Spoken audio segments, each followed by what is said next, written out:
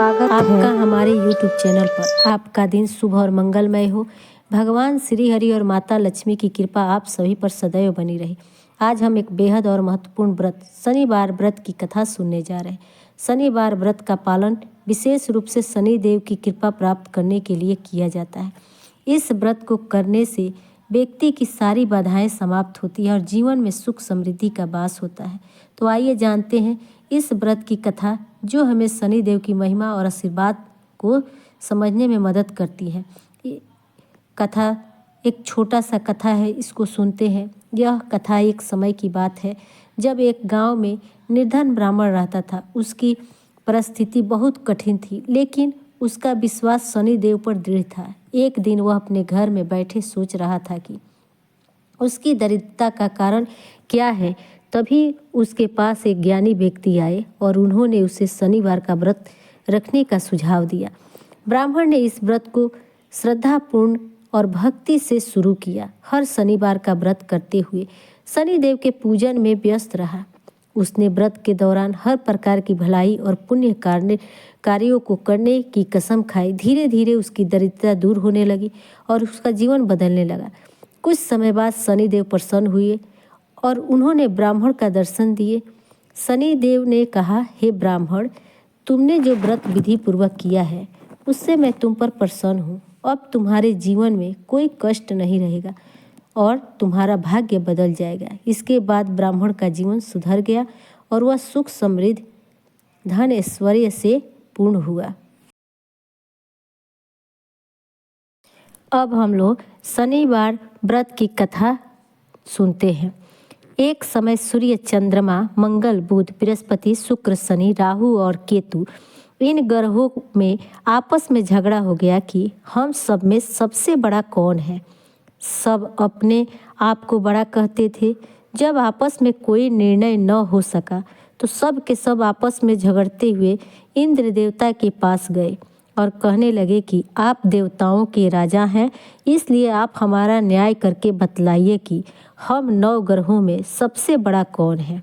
राजा इंद्र इनका प्रश्न सुनकर घबरा गए और कहने लगे, मुझ में यह सामर्थ्य नहीं है जो किसी को बड़ा और छोटा बतलाऊं। मैं अपने मुख से कुछ नहीं कह सकता। हाँ, एक उपाय हो सकता है। इस समय पृथ्वी पर राजा विक्रमादित्य दूसरों के दुखों का निवारण करने के लिए हैं। सब तुम मिलकर उन्हीं के पास जाओ, वही तुम्हारे दुखों का निवारण करेंगे।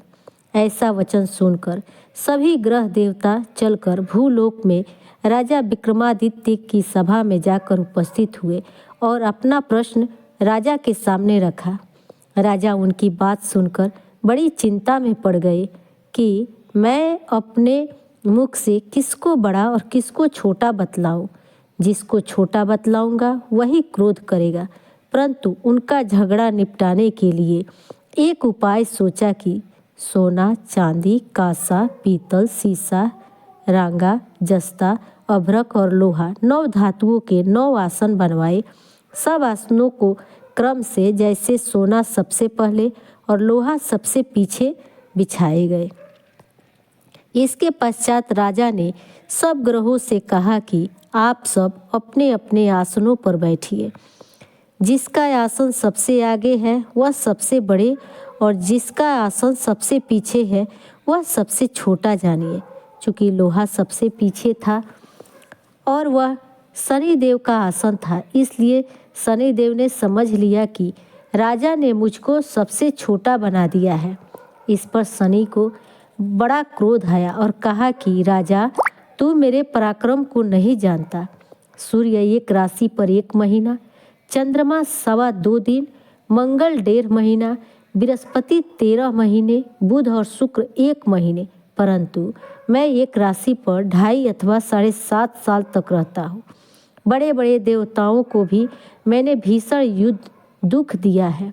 राजन सुनो, राम जी को 7.5 आई तो वनवास हो गया और रावण पर आई तो राम और लक्ष्मण ने सेना लेकर लंका पर चढ़ाई कर दी, रावण कुल का नाश कर दिया। हे राजा, अब तुम सावधान रहना।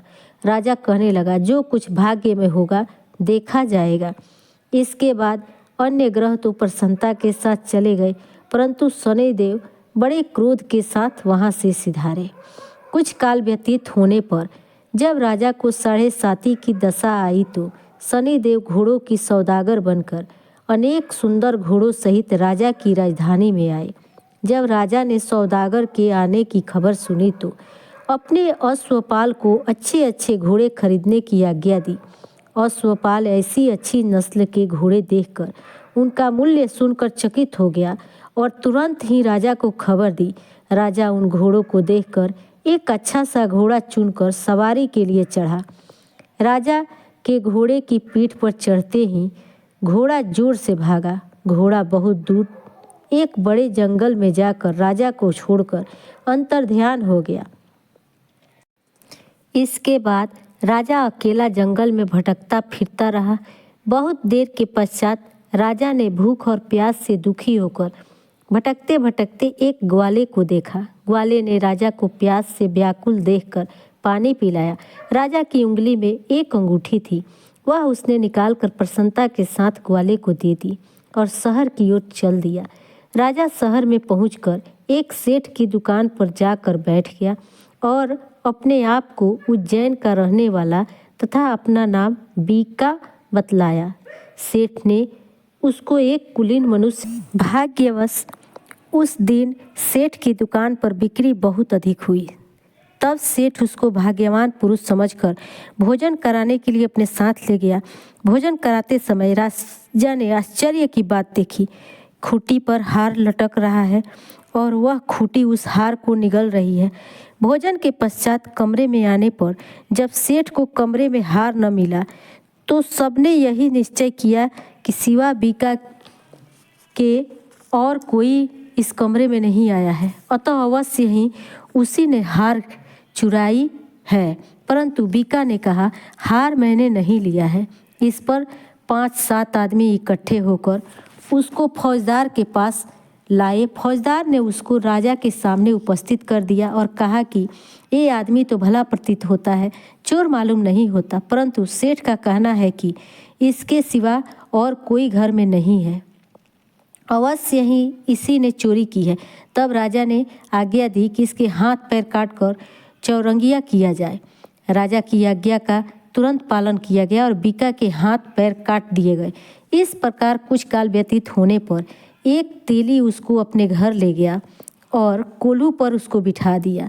बीका उस पर बैठा हुआ अपनी जबान से बैल हाँकता रहा। शनि की दशा समाप्त हो गई और एक रात को वर्षा ऋतु के समय मल्हार राग गाने लगा। उसका गाना सुनकर उस शहर के राजा की कन्या उस राग पर मोहित हो गई और दासी को खबर लाने को भेजा कि शहर में कौन गा रहा है। दासी सारे शहर में फिरती फिरती क्या देखती है कि तेली के घर में चौरंगिया राग गा रहा है। दासी ने महल में आकर राजकुमारी को सब वृत्तांत सुना दिया। बस उसी क्षण राजकुमारी ने अपने मन में यह प्रण कर लिया कि चाहे कुछ हो, मुझे इस चौरंगिया के साथ विवाह करना है। प्रातःकाल होते ही जब दासी ने राजकुमारी को जगाना चाहा तो राजकुमारी अनशन व्रत लेकर पड़ी रही। तब दासी ने रानी के पास जाकर राजकुमारी के न उठने का वृत्तांत कहा। रानी ने तुरंत ही वहां पर आकर राजकुमारी को जगाया और उसके दुख का कारण पूछा। तो राजकुमारी ने कहा कि माताजी, मैंने यह प्रण लिया है कि तेली के घर में जो चौरंगिया है उसी के साथ विवाह करूंगी। माता ने कहा, पगली, यह क्या बात कर रही है? तेरा किसी देश के राजा के साथ विवाह किया जाएगा। कन्या कहने लगी, माताजी, मैं अपना प्रण कभी नहीं तोड़ूंगी। माता ने चिंतित होकर यह बात राजा को बताई। तब महाराज ने भी आकर समझाया कि मैं अभी देश देशांतर में अपने दूत भेजकर सुयोग्य, रूपवान एवं बड़े से बड़े गुणी राजकुमार के साथ तुम्हारा विवाह करूंगा। ऐसी बात तुमको कभी नहीं विचारनी चाहिए। कन्या ने कहा, पिताजी, मैं अपने प्राण त्याग दूंगी, परंतु दूसरे से विवाह नहीं करूंगी। इतना सुनकर राजा ने क्रोध से कहा, यदि तेरे भाग्य में ऐसा ही लिखा है, जैसी तेरी इच्छा वैसा ही कर। राजा ने तेली को बुलाकर कहा कि तेरे घर में जो चौरंगिया है उसके साथ मैं अपनी कन्या का विवाह करना चाहता हूँ। तेली ने कहा कि यह कैसे हो सकता है? कहाँ आप हमारे राजा और कहाँ मैं एक नीच तेली? परंतु राजा ने कहा कि भाग्य के लिखे को कोई टाल नहीं सकता। अपने घर जाकर विवाह की तैयारी करो। राजा ने उसी समय तोरण और बंधनवार लगवाकर अपनी राजकुमारी का विवाह चौरंगिया विक्रमादित्य से कर दिया। रात्रि को जब विक्रमादित्य और राजकुमारी महल में सोए तो आधी रात के समय शनिदेव ने विक्रमादित्य को स्वप्न दिया कि राजा कहो, मुझको छोटा बतलाकर तुमने कितना दुख उठाया। राजा ने क्षमा मांगी। शनिदेव ने प्रसन्न होकर विक्रमादित्य को हाथ पैर दिए। तब राजा ने कहा, महाराज, मेरी प्रार्थना स्वीकार करें कि जैसे दुख आपने मुझे दिया है ऐसा और किसी को न दे। शनिदेव ने कहा कि तुम्हारी यह प्रार्थना स्वीकार है। जो मनुष्य मेरी कथा सुनेगा या कहेगा उसको मेरी दशा में कभी किसी प्रकार का दुख नहीं होगा। जो नित्य ही मेरा ध्यान करेगा या चींटियों को आटा डालेगा उसके सब मनोरथ पूर्ण होंगे। इतना कहकर शनिदेव अपने धाम चले गए।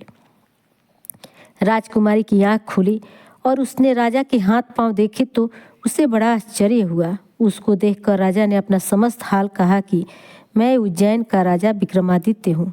यह बात सुनकर राजकुमारी अत्यंत प्रसन्न हुई। प्रातःकाल राजकुमारी ने उसकी सखियों से पूछा तो उसने अपने पति का समस्त वृत्तांत कह सुनाया। तब सबने प्रसन्नता प्रकट की और कहा, ईश्वर ने आपकी मनोकामना पूर्ण कर दी। जब उस सेठ ने यह सुना तो वह विक्रमादित्य के पास आया और राजा विक्रमादित्य के पैरों में गिरकर क्षमा मांगने लगा कि आप पर मैंने चोरी का झूठा आरोप लगाया, अतः आप मुझको जो चाहे दंड दे। राजा ने कहा, मुझ पर शनिदेव का कोप था, इसी कारण यह सब दुख मुझको प्राप्त हुआ। इसमें तुम्हारा कोई दोष नहीं है। तुम अपने घर जाकर अपना कार्य करो। सेठ बोला कि मुझे तभी शांति मिलेगी जब आप मेरे घर चलकर प्रीतिपूर्वक भोजन करेंगे।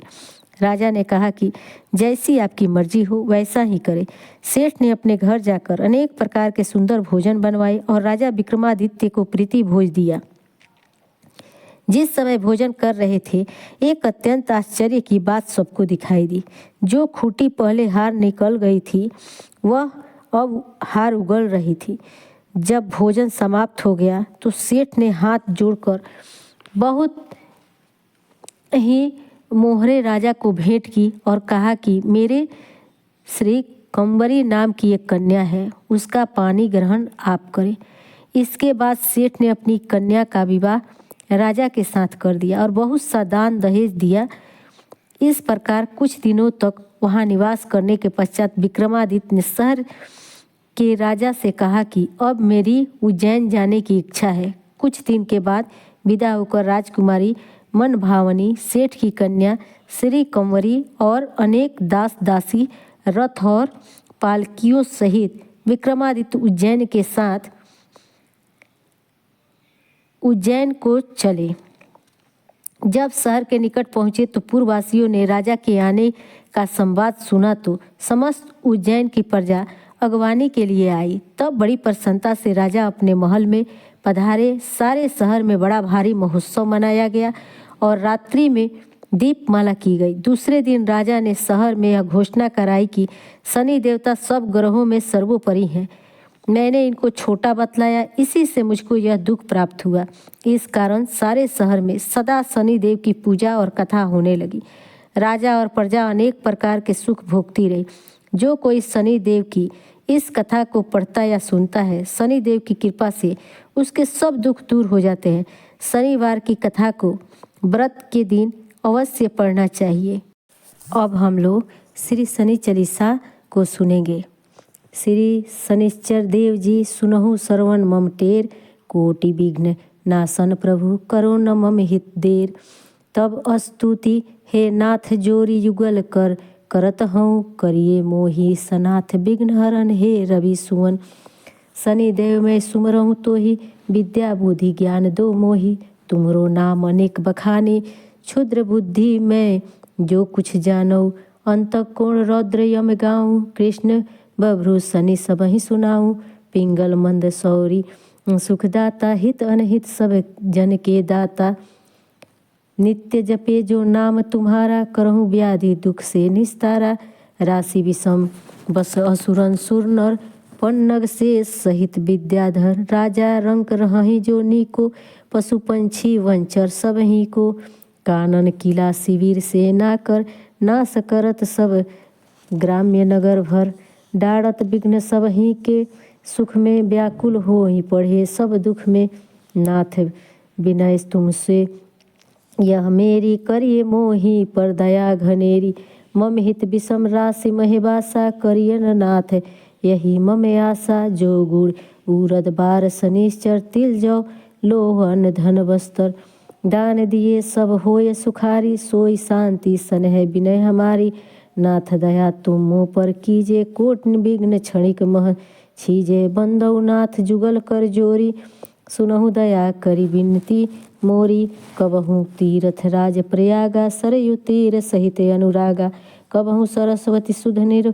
यह या कहूँ गिरिखो कंदर्म ध्यान धरत है जो योगी जन ताहि ध्यान मम सूक्ष्म होई सनि हे अगम्य क्या करूँ बड़ाई करत प्रणाम चरण सिर नाई जो विदेश से वार शनिचर मुड़ कर आवेगा निज घर पर रहे सुखी शनि देव दुहाई रक्षा रवि सुत रहे बनाई जो विदेश जावे शनिवारा गृह आवे नहीं रहे दुखारा संकट दे शनिचर तो ही जाते दुखी होए मन माही सोई रवि नंदन को कर जोरी वंदन करत मूढ़ मति थोरी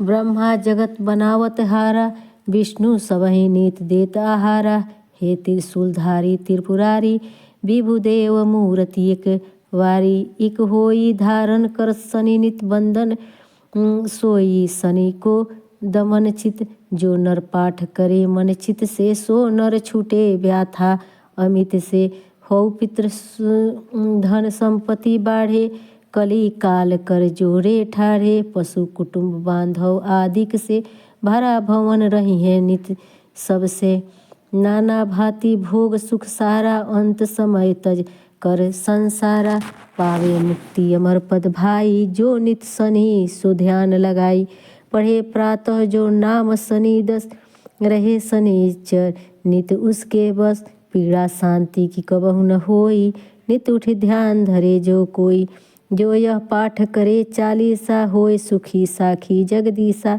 40 दिन नीत पढ़े सवेरे पातक नासे शनि घनेरे रवि नंदन की यश प्रभुताई जगत मोह तम नासे भाई शनि का पाठ करे जो कोई सुख संपत्ति की कमी न होई निस्दिन ध्यान धरे मन माही आदि व्याधि ढींग आवे नाही पाठ शनिश्चर देव की किन्हे विमल तैयार करत पाठ 40 दिन होय भाव सागर पार श्री स्तुति दशरथ किए सम्मुख शनि निहार असंगम सुभाषा में वही लालता लिखे सुधार। अब हम लोग श्री शनि देव की आरती सुनेंगे। जय जय रविनंदन जय दुख भंजन जय जग रंजन शनि हरे जय भुजचारी धारणकारी दुष्ट दलन जय शनि हरे तुम होए कुपित नित करत दुखित धनी को निर्धन जय शनि हरे तुम धर अनुपयम को स्वरूप को हरत दुष्ट वध शनि हरे तब नाम जो 10 तो ही करत सो बस करे रटत जय शनि हरे महिमा अपार जग में तुम्हार जपते देवतन जय शनि हरे तब नैन कठिन नित बरसे अगिन भैंसा वाहन जय शनि हरे प्रभु तेज तुम्हारा अति करारा जानत सब जय शनि हरे जय जय रविनंदन जय दुख भंजन जय जगरंजन शनि हरे। दोस्तों इस कथा से हमें यह सीखने को मिलता है कि शनिदेव की कृपा से जीवन में खुशहाली आ सकती है बशर्ते हम श्रद्धा और नियम से व्रत का पालन करें। शनिवार का व्रत शनिदेव की कृपा प्राप्त करने का एक प्रभावी तरीका है। अगर आप भी चाहते हैं कि आपकी ज़िंदगी में सुख समृद्धि हो शनिवार का व्रत जरूर रखें और इस कथा से प्रेरित हो। आशा है आपको यह कथा पसंद आई होगी। इस वीडियो को लाइक और शेयर करना न भूलें और हमारे चैनल को सब्सक्राइब करें ताकि आप ऐसे और भी धार्मिक ज्ञान प्राप्त कर सकें। धन्यवाद। जय शनिदेव। आज हमारे चैनल पर शनि प्रदोष व्रत कथा और एकादशी पारण व्रत कथा अवश्य सुने। धन्यवाद।